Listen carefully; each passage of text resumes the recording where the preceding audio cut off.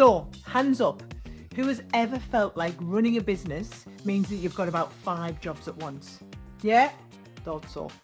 Now, I remember those early days at Crafters Companion when I literally did everything. I was designing the product, packing the orders, answering the customer emails, trying to run the accounts, looking for new opportunities, business development, the lot, right? And I definitely did the whole thing, pretending to put the customer through to different departments when they would ring up on the phone and rope one of my flatmates in to taking a few calls from me. Because remember, I was building the business and at university at the same time, doing this around my lectures and coursework. Now, today, things are a lot different and we have whole teams who look after the various arms of the business. But I'll still tell you something, I still get stuck in, and I get stuck into everything. Not because I can't delegate, but because if you want to make it in business, you have to know when to stay involved as well as when you need to step back.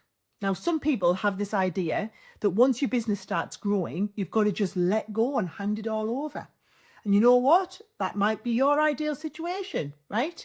But for me, it's a load of rubbish. It just doesn't work for me. You don't stop being the engine of your business just because the car's got bigger. Yeah? Yes, you need a brilliant team. Yes, you've got to trust people. But if you are completely hands off, you lose sight of what created the business and what made it special in the first place, which was probably you. Right? Now, I still get stuck into our product development. I chip in with my thoughts and ideas. I still know what products are launching and what's going to be out next on our next TV show, because the opportunity and the innovation, that's my zone. That's where I know I add the most value. And here's the trick. You can delegate tasks, but you can't delegate your vision. Your team might be fantastic at marketing or operations or customer service, but it's your job to make sure that everything is pulling in the same direction. That culture, the tone of voice, the feel of the brand, that comes from the top, from you. So ask yourself, what are the jobs that only you can do? That's where you put your focus. Then you build a team that you can trust to handle the rest. Now, let me tell you, one of the hardest lessons I had to learn was that just because I can do something doesn't mean that I should, right? There was a point where I realized that I had become the bottleneck, okay? Everything was going through me. And as a result, I was slowing the whole business down. So I started bringing in people who were better than me in certain areas. And let me tell you, it was one of the best decisions I've ever made. You've got to empower your team to make decisions and then let them shine. Give them ownership. Let them make mistakes, preferably smaller ones. That's going to be the best way for them to grow, and it's how your business is going to grow too. And to be completely honest, the best position to be in is to have people working for you who are experts in their field, but who know you, your business and your values inside out, and who can make the exact decisions that you would make. That is when you are winning at life, trust me. Now, something else that you need to stay close to as a business owner or a leader is your customers. And that is one thing I will never, ever stop doing. I read their feedback. I look at their comments on my page and in our communities on social media.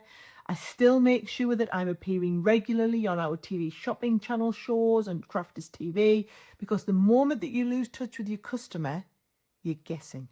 And I don't want to guess. What our crafters want, I need to know, okay?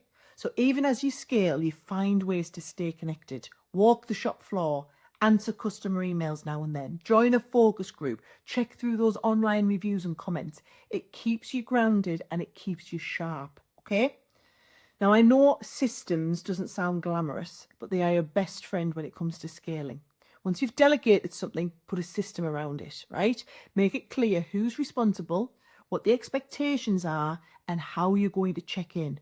That way you don't have to micromanage, but you don't drop the ball either, which can happen if you don't get a handle on everything. Now, I call it managing from the balcony. You're not in the weeds, but you've still got a bird's eye view of everything that's going on. So here's what I want you to remember, the takeaways. You don't always have to do everything, but you do have to do the right things in the business. Know where you add value and stay involved in the parts that define your brand. But let go of the stuff that's holding you back from growing. Because staying hands-on doesn't and shouldn't mean clinging on for dear life, okay? It means knowing what's worth holding on to and being brave enough to let go of the rest.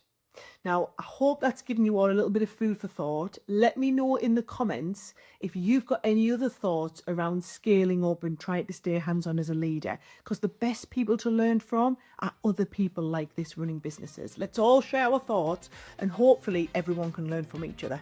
Hope it's been invaluable. Hope you've learned a lot.